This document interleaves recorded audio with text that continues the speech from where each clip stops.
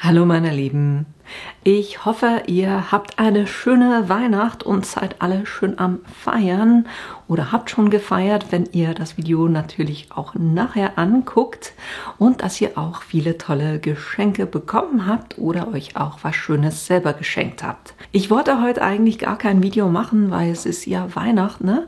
Aber ich habe ein paar Folien bekommen, die förmlich danach geschrien haben, Neujahrskarten damit zu machen und deshalb dachte ich mir, ich mache heute trotzdem ein Video, damit ihr das dann auch habt als Vorbereitung für die Neujahrskarten. Was das genau für Folien sind, das seht ihr gleich nach dem Intro.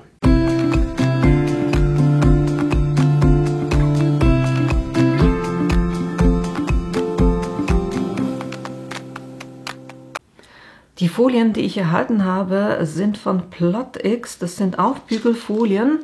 Speed Flex Bright, und in diesem Paket drin habt ihr einmal Gold, Kupfer, Rosa, Rot, Blau, Lavendel und Silber.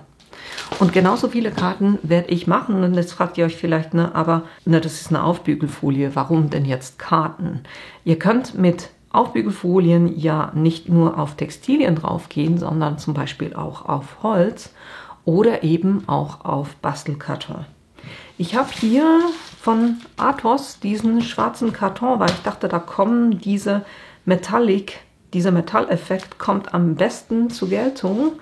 Und da habe ich mir Karten zurechtgeschnitten, Slimline-Karten. Meine Slimline-Karten, das macht jeder so, wie es ihm gefällt. Meine sind hier in der Länge 21 cm und in der Breite 9 cm. Das heißt, ich habe einfach ein Blatt zurechtgeschnitten. Also es ist eine A4-Seite, von dem her ist die schon 21 cm. Und das habe ich dann einfach bei 18 cm geschnitten und dann bei 9 cm gefalzt. Und so habe ich diese Karten eben für jede Folie eine Karte. Und meine Idee ist da wirklich eine super schlichte Karte zu machen, hier mit einem Schriftzug drauf. Was ich da machen will, das gucken wir uns jetzt an und dafür gehe ich kurz auf den Cricut Design Space.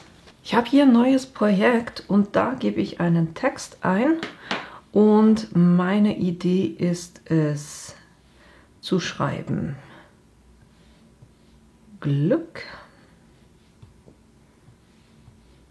Dann behalte ich das gleich. Glück, Liebe und Gesundheit. Alles zusammengeschrieben. Da ändere ich jetzt die Schriftform in eine Schriftform, wo ich weiß, dass die Glyphen hat. Ich habe da eine von Dafont, die heißt Heart Love. Das sieht im Moment so aus. Und jetzt will ich da Glyphen. Deshalb gehe ich auf die App rüber, wo ich das habe fürs iPad. Das ist Unicode. Das habe ich euch auch schon mal gezeigt. Da muss ich jetzt natürlich auch dieselbe Schriftart wählen. Und jetzt habe ich ja zuerst Glück. Das heißt, ich brauche für den G am Anfang, will ich einen Strich haben oder eine Glyphe. Weil das soll außerhalb quasi von der Karte anfangen. Wo haben wir es? Hier den G. Share Glyph, Copy. Dann wieder auf den Cricut Design Space. Dann markiere ich hier nur den G und sage einsetzen. So, dann haben wir Glück, das heißt, dann als nächstes beim K will ich ein Herz. Das heißt, ich brauche den K mit dem Herzen. Ich glaube, ich will das hier. Wieder Share Glyph, Copy.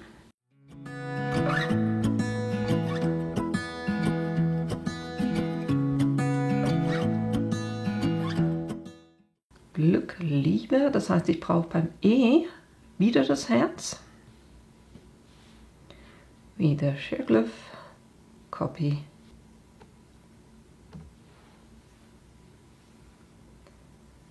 Gehen wir hier zum E, einsetzen. 1 zurück, 2 zurück. Und beim T will ich dann auch nochmal, dass er diesen Schwung weiterführt. Das ist der hier.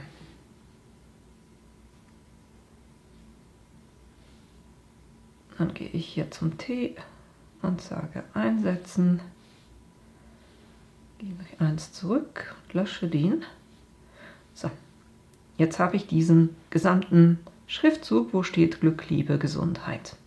Jetzt darf das Ganze natürlich nicht länger als meine Karte sein und die ist 21 cm. Oder ein bisschen länger, weil ich will ja, dass es über die Karte hinausgeht. Sagen wir 21,5.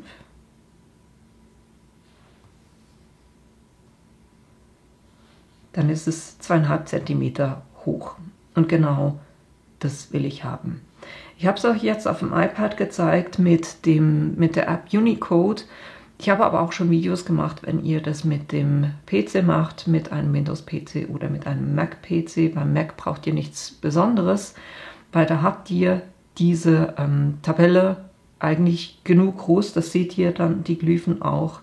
Beim Windows-PC würde ich da eine Zusatz-App verwenden oder ein Zusatzprogramm verwenden. Aber das habe ich euch im Video drin gezeigt, damit die dann groß genug sind und man das wirklich oder ihr das lesen könnt und dann so die Glyphen rüber kopieren könnt. So, das ist das, was ich will. Und ich werde das auch nur, auch wenn ich das jetzt in einer größeren Anzahl verwende, ich stelle das nur einmal her. Und jetzt bin ich noch auf der Joy. Moment.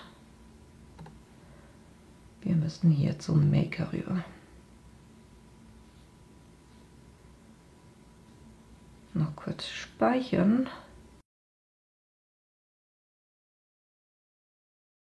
So, jetzt herstellen. Moment. Das, was ich noch vergessen habe, wir müssen das Ganze natürlich auch noch verschweißen, damit es dann nicht zwischendurch schneidet, sondern alles ein Element ist. So, jetzt herstellen. Und da wir eine Flexfolie verwenden, müssen wir das natürlich spiegeln. Dann kann ich schon weiter sagen.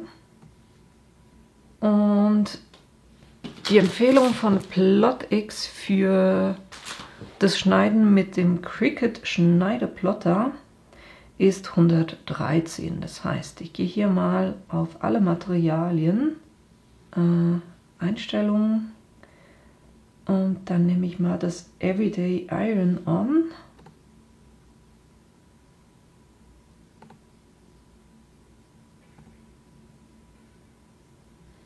Um zu gucken, mit welchem Druck der schneidet. Der schneidet mit einer 118.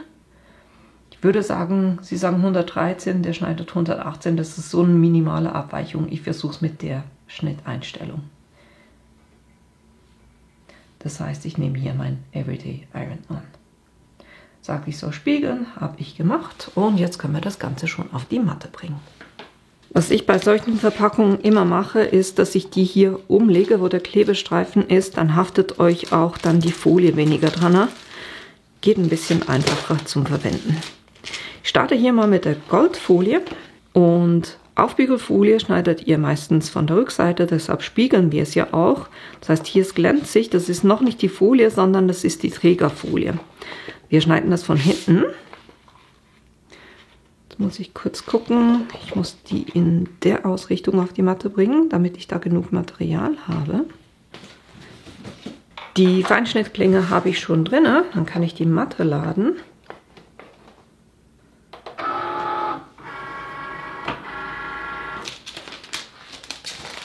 Und dann kann ich auch schon lossagen.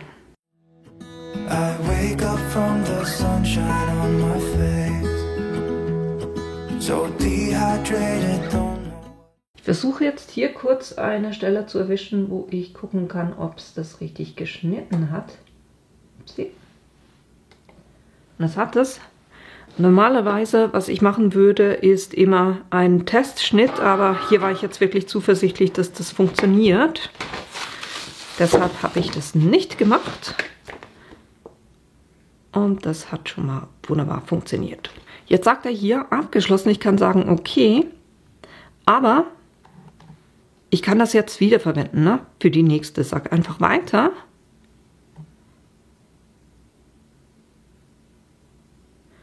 Dann auch wieder, weil es funktioniert hat, nehme ich die Everyday Iron-On. Wo ist denn jetzt hin? So, gut. Gespiegelt ist es immer noch und so kann ich jetzt eine Folie nach der anderen schneiden. Ich spule das jetzt kurz vor, weil ihr braucht da nicht beizusitzen, wenn ich jetzt jede einzelne Folie schneiden und ich sehe euch wieder, wenn ich durch bin damit.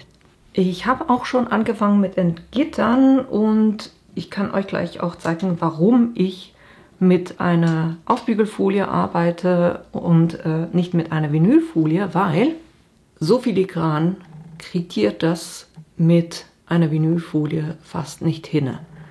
Also die feinen Linien hier, seht ihr dann nachher auch noch, wenn ich es aufgebügelt habe, das kriegt ihr wirklich mit einer Vinylfolie fast nicht hin.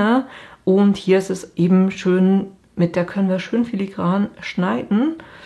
Und ich mache das jeweils so, dass ich das Motiv ausschneide, platzsparend wie möglich, weil dann kann man kann hier wirklich mit Flexfolie auch mit kleinen Resten noch was machen. Das heißt, ich halte das einfach so ein bisschen gegen das Licht und dann sehe ich auch, wo er geschnitten hat und kann da ringsherum das ausschneiden. Für die Karte brauche ich nur so ein kleines Stück. Ne? Dann mache ich mal den großen Teil weg. Ich hatte das Gefühl, die lässt sich wirklich ziemlich gut entgittern. Das heißt, schön langsam. Wenn ihr irgendwo merkt, dass ein I- oder Ü-Pünktchen mitkommt, dann könnt ihr immer noch reagieren und das wieder zurück machen. Seht ihr jetzt hier, wenn ihr hier guckt, wollte der I-Punkt mitkommen, dann lege ich das einfach wieder hin, drücke das nochmal fest und bin da, den Rest wieder lösen. Und wenn ich das anhebe, gehe ich einfach mit dem Entgitterungstool, halte ich von unten entgegen. Das heißt, ich gehe zwischen die Folie und die Trägerfolie oder zwischen dem, was ich entgittern will und der Folie, die drauf bleiben soll und stoße einfach mit dem Entgitterhaken drauf, damit es bleibt und so kann ich das jeweils auch lösen. Ich weiß, hier vorne habe ich Glück und ich sehe gerade, dass ich auch da einen Punkt verloren habe. Moment. Müssen wir doch hier vorne noch was machen. Jetzt hat ein Ü auch 2 Pünktchen. Ne? Die Liebe habe ich und dann ganz am Schluss noch Gesundheit, das I. Das sind die 3 Stellen, wo ich speziell darauf achte, dass das funktioniert.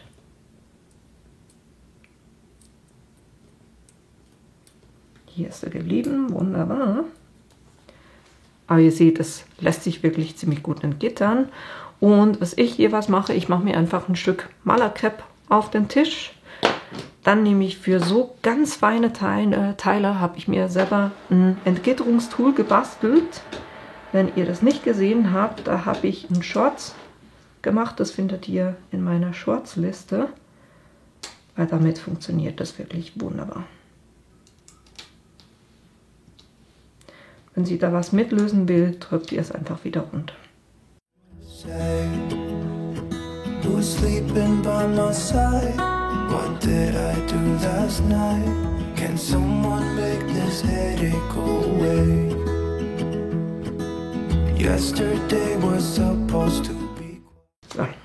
wenn ich da durch bin, drehe ich das um und dann kontrolliere ich wirklich nochmal, habe ich noch alles, im Speziellen die Ü und I, A und Ö-Pünktchen, ne? Sind die noch drauf und ist alles raus, was raus muss. Das ist der Fall. Und so entgittere ich jetzt auch die restlichen noch, die ich noch habe. Und bin dann gleich wieder zurück. So, ich bin durch mit dem Entgittern und ihr seht, wie viele super kleine filigrane Teile ich hier habe. Also mit der Methode funktioniert das wirklich wunderbar und eben mit der Flexfolie oder Aufbügelfolie lässt sich das wunderbar entgittern. Und mein Ziel ist, hier wirklich eine super schlichte Karte zu machen. Das heißt, ihr seht, auf beiden Seiten guckt es ein bisschen raus. Das war genau meine Zielsetzung und ich will das so drauf haben, dass es hier eben von beiden Seiten gleich weit rausragt und dann hier auf der Höhe. Das heißt, wenn ich die Karte öffne, dann sollte es hier unten sein. Und das eben bei jeder Karte. Jetzt lege ich hier kurz eine Folie pro Karte hin. Die Farben, das wird so cool aussehen, ich sag's euch.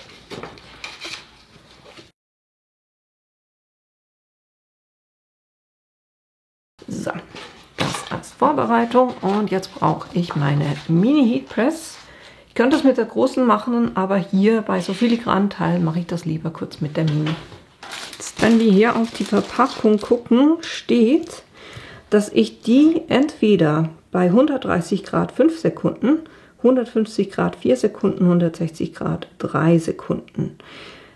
Die Stufe 2 bei der Mini Heat Press wird in etwa zwischen diesen 150 und 160 drinne sein. Ich würde sagen, ich versuche es mal mit 4 Sekunden oder 3. Ich mache mal 3 Sekunden, weil das Thema ist, beim Stoff hat der Kleber, der hier hinten drauf ist, hat die Möglichkeit, so ein bisschen in die Fasern reinzugehen. Und hier beim Papier hat er nicht allzu viele Fluchtmöglichkeiten. Und man denkt immer so, ich presse lieber zu viel, aber was ihr damit bewirkt, ist, dass ihr eigentlich quasi den Kleber rauspresst. Und das wollen wir natürlich nicht, sondern wir wollen, dass der Kleber hier schön unter der Folie bleibt und nicht nebendran rausquillt. Jetzt hole ich hier noch kurz ein Blatt, weil ich gehe ja auf beiden Seiten so ein bisschen drüber hinaus. Und das will ich natürlich nicht auf mein Hitzekissen pressen. Und wenn ihr euch fragt, das ist das von Artistry. Das verwende ich super gerne, wenn ich etwas brauche, was ein bisschen Widerstand hat. So, jetzt nochmal gucken, dass das wirklich schön gerade ist. Wäre schade, wenn es nicht so wäre. Dass es schön mittig ist.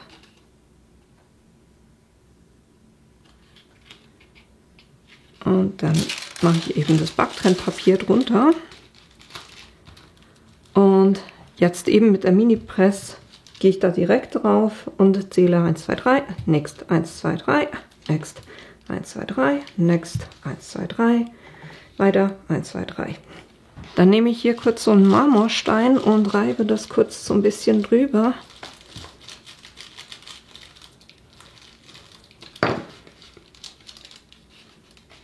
Gucken, ob ich das jetzt ablösen kann, weil es ist eigentlich ein Warmabziehen. Jo.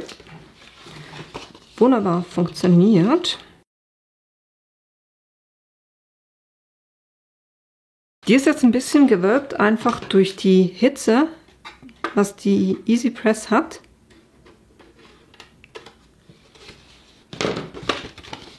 Das heißt, ich werde die unter einen Stapel Bücher legen, damit die wieder gerade wird.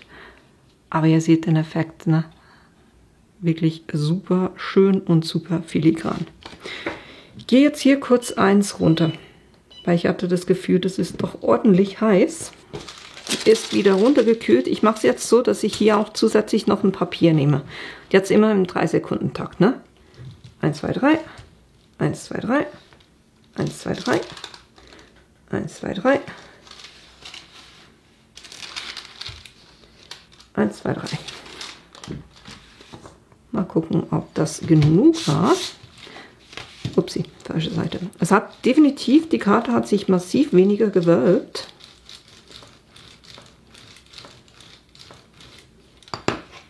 Gucken wir mal, ob sich das abziehen lässt. Ja, wunderbar. Gut, dann würde ich vorschlagen, dass ihr das auf der untersten, also auf der kleinsten Hitzestufe macht. Und auf das Papier drauf auch noch ein Backtrennpapier drauf macht. Na, das ist die nächste. Dann kommen wir schon zur nächsten Karte. Auch wieder schön ausrichten.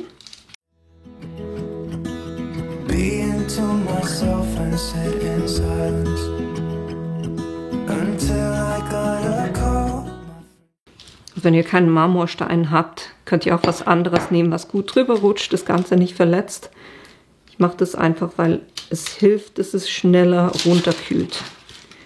Hier muss ich noch kurz ein bisschen.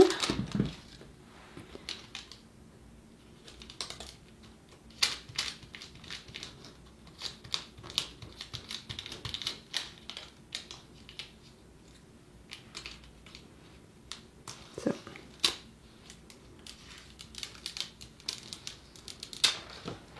Wunderbar. Was ich hier außerhalb von der Kamera mache, ist einfach kurz diesen kleinen Schnipsel, der übersteht, das abzuschneiden. Ja. Die nächste Karte.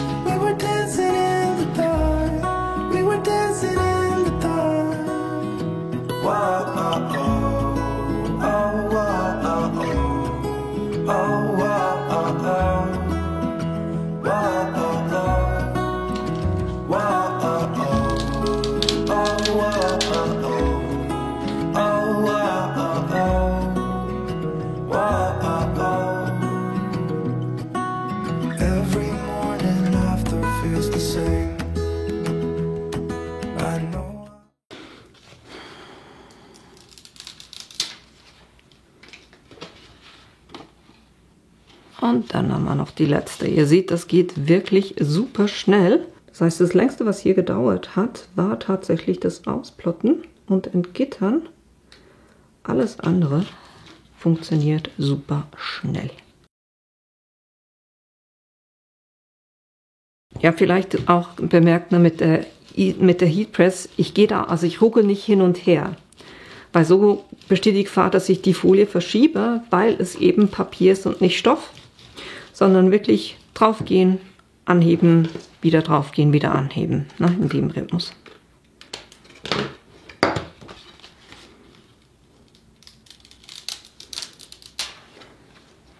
So, meine Lieben, ich habe die noch kurz ein bisschen unter einen Stapel Bücher gelegt, damit die wieder ein bisschen gerader werden.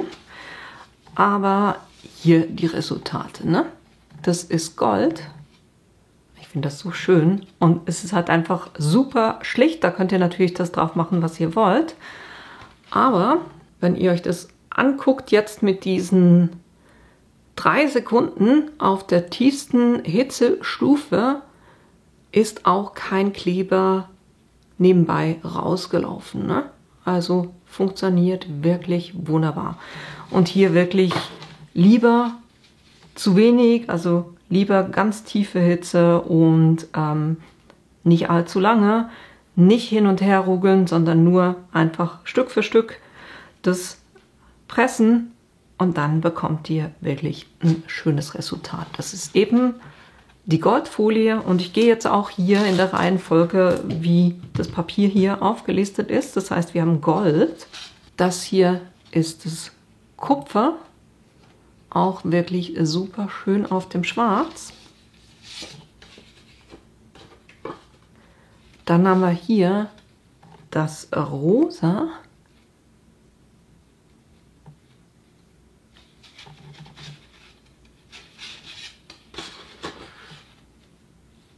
Dann das Rot.